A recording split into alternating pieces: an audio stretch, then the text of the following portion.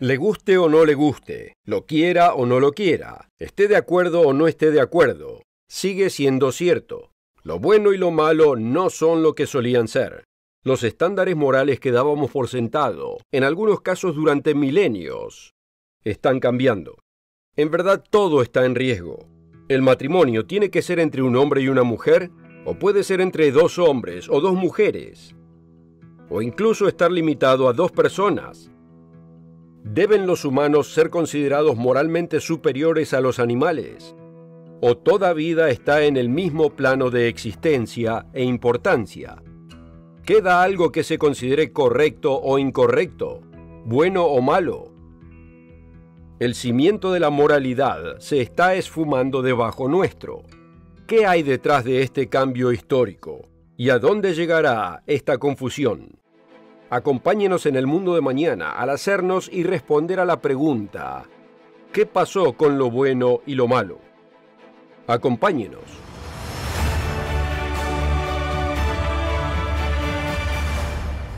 Bienvenidos a todos al mundo de mañana. Me alegra que esté aquí. En este episodio vamos a examinar una de las preguntas más importantes que encara la sociedad. La respuesta a esta pregunta está presentemente cambiando el aspecto de la propia civilización. ¿Qué pasó con lo bueno y lo malo? Y el tema me recuerda a una experiencia que tuve recientemente. Mi hijo mayor estaba tomando una clase de sociología y el profesor pidió a la clase algún ejemplo de verdades objetivas. Mi hijo levantó la mano y dijo: «Asesinar está mal». El profesor respondió: «Oh no, eso no es una verdad objetiva, eso es algo subjetivo. Los estándares morales son opiniones, no son verdaderos o falsos». Esta historia me recordó un artículo que había leído hace unos años en el sitio web del New York Times en marzo del 2015. Fue escrito por Justin McBrayer, profesor asociado de filosofía en el colegio Fort Lewis, y fue titulado «¿Por qué los niños no creen que hay verdades morales?».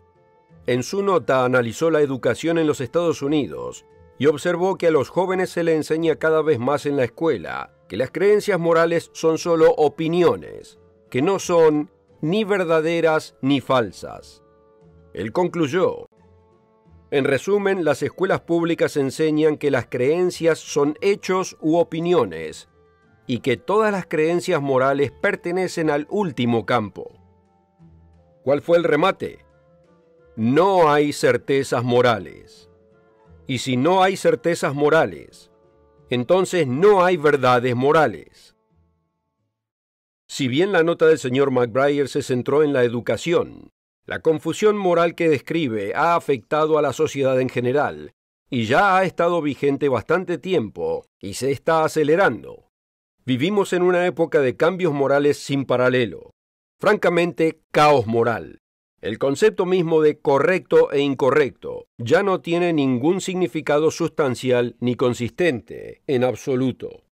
Considere la confusión moral en que nos encontramos ahora en el presente. En Estados Unidos, el derecho de abortar un hijo supuestamente fue resuelto por la Corte Suprema ya hace más de 4 décadas. Pero hoy, la lucha y la retórica sobre el tema son tan fervientes como siempre, y francamente, está peor que hace 40 años. Considere el experimento en curso para redefinir el matrimonio, la familia y la sexualidad. A partir de los Países Bajos en el 2001, más de 20 naciones del mundo han cambiado la definición legal de lo que significa el matrimonio, de ser exclusivamente entre un hombre y una mujer, a permitir 2 hombres o 2 mujeres, y muchos se preguntan si se puede cambiar el género que define el matrimonio. ¿Por qué no el número? ¿Por qué no pueden ser 3 personas o 4 personas? ¿Dónde trazamos los límites? Lo que es correcto y lo que no lo es. ¿Cómo debería ser esto definido? ¿Debemos trazar algún límite para algo? Mientras, a medida que cae el estándar antiguo, el nuevo está en aumento. La creencia de que usar drogas fue algo malo está cambiando por la idea de que condenar el uso de drogas recreativas es malo. La tolerancia de las ideas ha sido reemplazada por la aceptación universal de las ideas, con la excepción de que todas las ideas deberían ser aceptadas. Las normas de la sociedad están siendo cambiadas en cientos de formas distintas. Lo que ayer era considerado inmoral puede ser considerado moral y bueno hoy, solo para volver a ser considerado inmoral y malo mañana. Lo que una vez fue identificado claramente un bien o un mal moral, ahora es simplemente una opción o preferencia personal. ¿Por qué? ¿Por qué está sucediendo todo esto? ¿Por qué está sucediendo todo este caos y confusión ética y moral? ¿Qué fue lo que pasó con lo correcto y lo incorrecto? La respuesta es directa. El bien y el mal están en juego porque hemos perdido de vista quién es el que tiene la autoridad de definir qué está bien y qué está mal. Lo malo y lo bueno, moralmente, implica obligación. Lo que está bien es lo que debe hacer, lo que está obligado a hacer. Lo que está mal es lo que no debe hacer, lo que está obligado a no hacer. Y la obligación siempre se deriva de la autoridad. Si la sociedad alguna vez regresa a la cordura moral, debe haber una respuesta a la pregunta: ¿quién tiene la autoridad para decirnos qué está bien y qué está mal? Hay distintos contendientes para esa autoridad.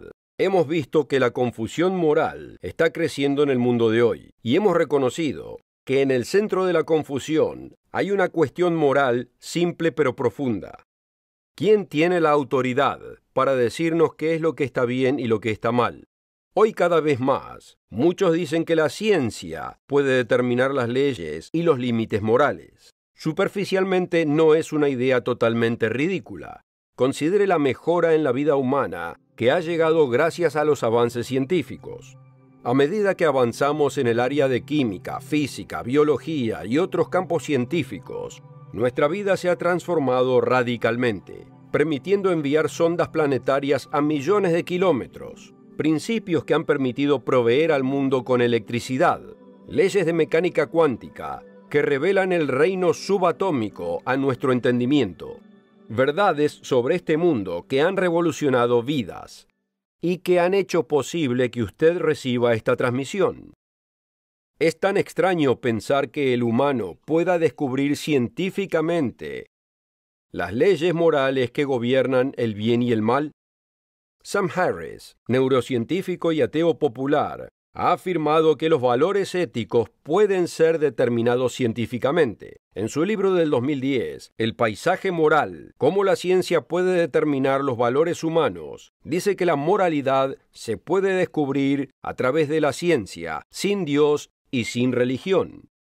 Dice, los valores, la moralidad y la buena vida deben relacionarse con los hechos del bienestar de las criaturas conscientes y, en nuestro caso, deben depender de los eventos del mundo y del estado del cerebro humano.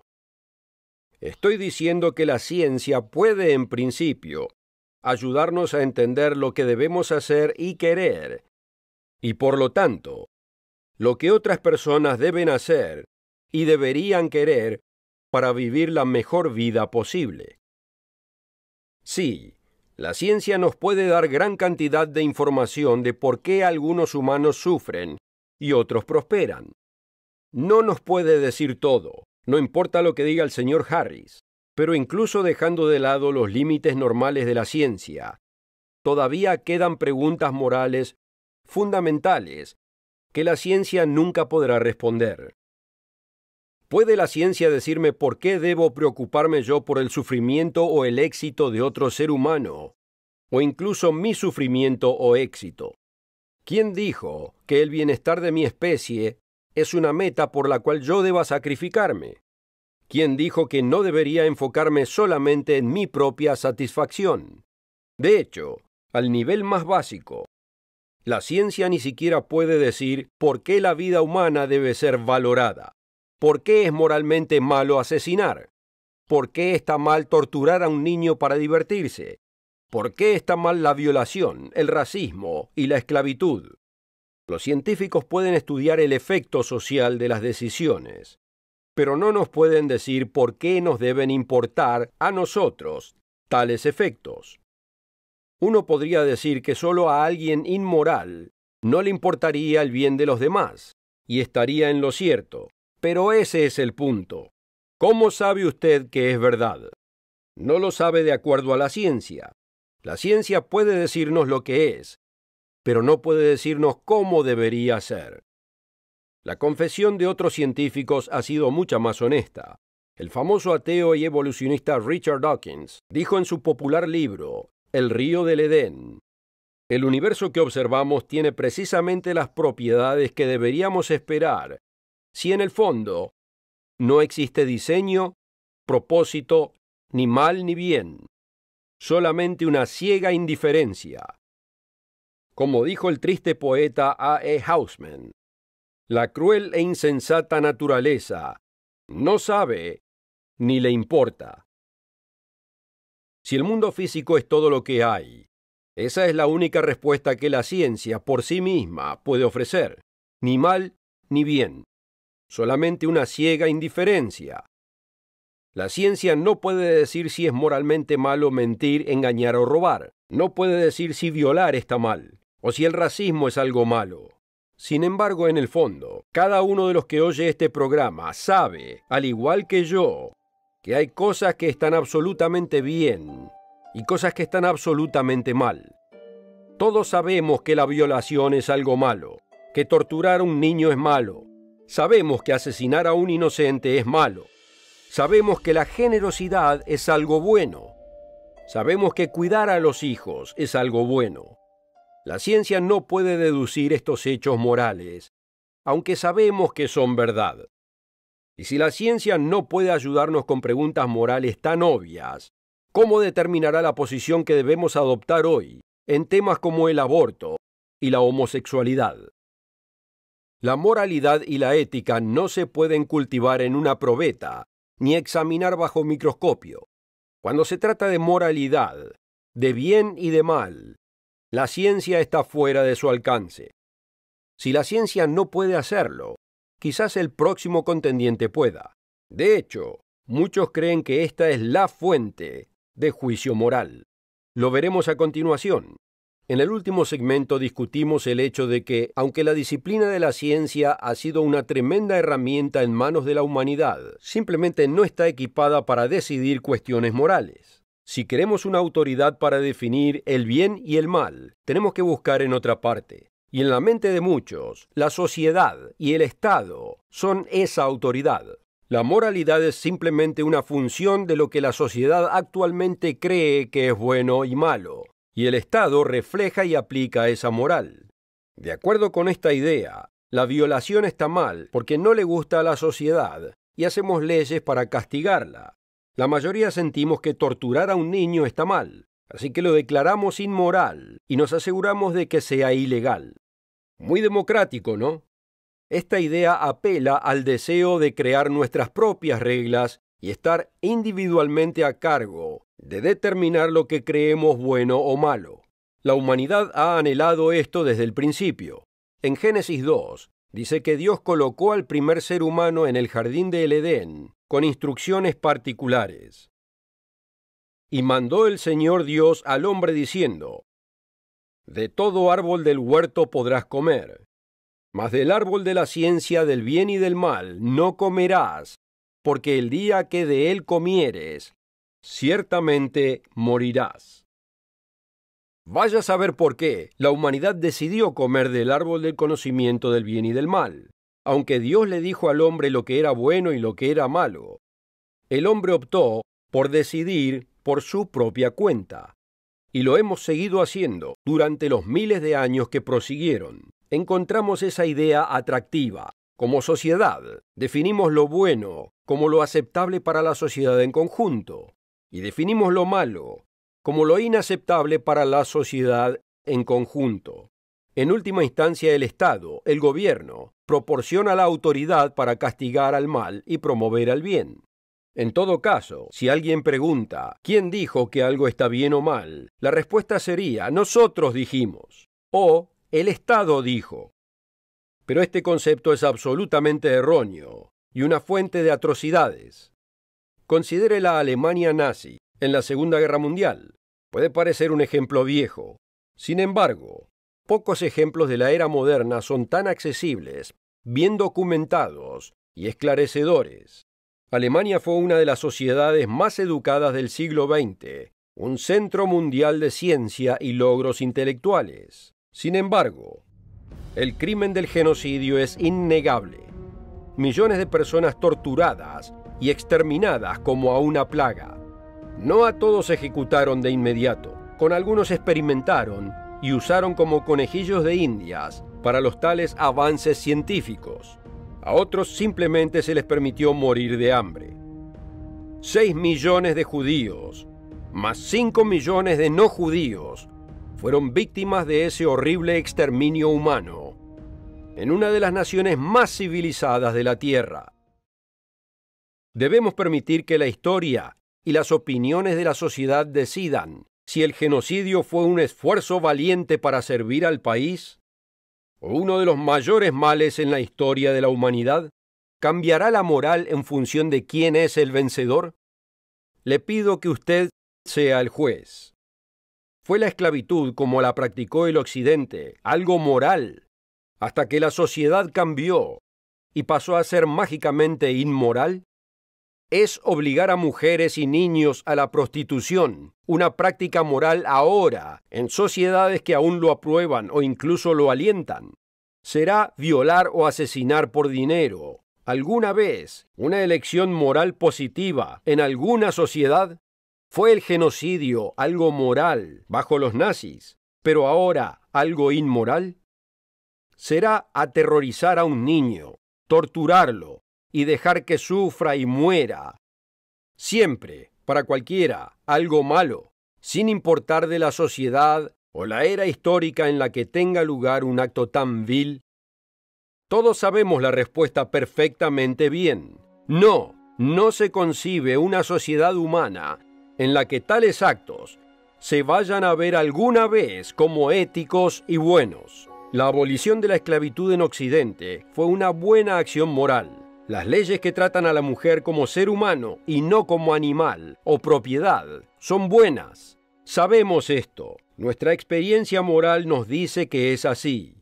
Tan sólida y realmente como los ojos nos dicen en la mañana que el sol ha salido. Amigos, existe una fuente autoritativa de lo bueno y lo malo, pero no es la sociedad o el Estado. Pero juzgamos a las sociedades, incluso a la nuestra, por estándares morales que creemos reales. Pero, ¿de dónde procede ese estándar moral, sino de la sociedad en que vivimos? Discutiremos la única respuesta posible en un momento. Pero al estar quedándome sin tiempo, permítame darle oportunidad de solicitar el folleto gratuito de hoy. La mayoría no tienen idea de que Jesucristo se enfocó en los 10 mandamientos, en su ministerio, y dedicó mucho esfuerzo en decirnos cómo guardarlos. Fue el propio Cristo quien dijo: si quieres entrar en la vida, guarda los mandamientos. Los 10 mandamientos no solo han formado el núcleo moral de la civilización por milenios, sino que son sumamente relevantes en el mundo de hoy, y estuvieron en el centro de las enseñanzas de Jesucristo. Un hecho que muchos lamentablemente desean que usted no sepa. Júntese con los miles que están descubriendo cada vez más el regalo que Dios les ha estado guardando desde siempre, sus 10 mandamientos. Estamos buscando la solución a la confusión moral del mundo de hoy, y la hemos reducido a una pregunta. ¿Quién tiene la autoridad para determinar el bien y el mal? Hemos visto que la ciencia material por sí sola no provee nada autoritario que eleve a la humanidad por encima del reino animal.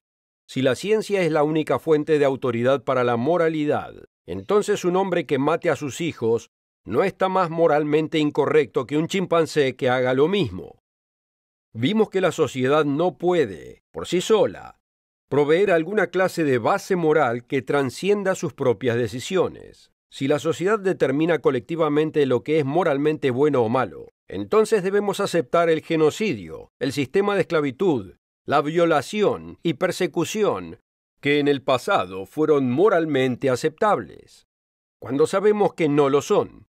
Usted sabe estas cosas porque hay una respuesta a la pregunta. La respuesta es que el Dios eterno dice lo que está bien y lo que está mal. Dios es bueno, y Él ordena lo que es bueno. Aquellas cosas que reflejan su carácter eterno y su naturaleza inmutable son buenas, y aquellas cosas que se oponen o contradicen su carácter y naturaleza son malvadas. Y si bien no todos en esta vida tienen acceso a la plenitud de la revelación de Dios en este tiempo, algún día la tendrán. Él ha puesto algo de esta comprensión del bien y el mal en nuestro corazón, como lo explica el apóstol Pablo en Romanos 2, versículo 15. Él explica que nuestra conciencia da testimonio ante la presencia de un Dios moral en nuestro diseño y creación. Santiago 4, versículo 12, declara claramente: hay un solo dador de la ley y juez, quien es poderoso para salvar y destruir. Pero ¿quién eres tú que juzgas a tu prójimo? Hay un solo legislador, no la ciencia, sociedad o Estado, sino el Dios soberano. Sin reconocer la autoridad del Dios soberano en nuestra vida y en nuestra civilización, no tenemos ninguna guía moral legítima. No tenemos un cimiento de bien o mal que trascienda el simple deseo y opinión humana, sin que un Dios trascendente revele el significado y la sustancia a la obligación moral. Existe el bien y existe el mal, y estas cosas existen y son realidad, porque hay una respuesta a la pregunta de quién define el bien y el mal. Esa respuesta es Dios omnipotente, el eterno viviente, es quien define el bien y el mal. Y es su respuesta a tales cuestiones de la moralidad, cuestiones de lo correcto y lo incorrecto, la que debemos buscar. Y es su respuesta la que todos los pueblos tendrán que aceptar en el venidero reino de Dios. Parte de la misericordia de Dios en un mundo que necesita una guía del bien y del mal es el regalo de sus 10 mandamientos. Estos mandamientos, que el propio Jesús amó, hacen más que señalarnos quién nos dice lo que está bien y está mal. Nos dicen lo que Él decide que está bien y lo que Él decide que está mal. Y este mundo los necesita más que nunca. No se olvide de obtener el folleto. Y encuéntrenos la próxima semana.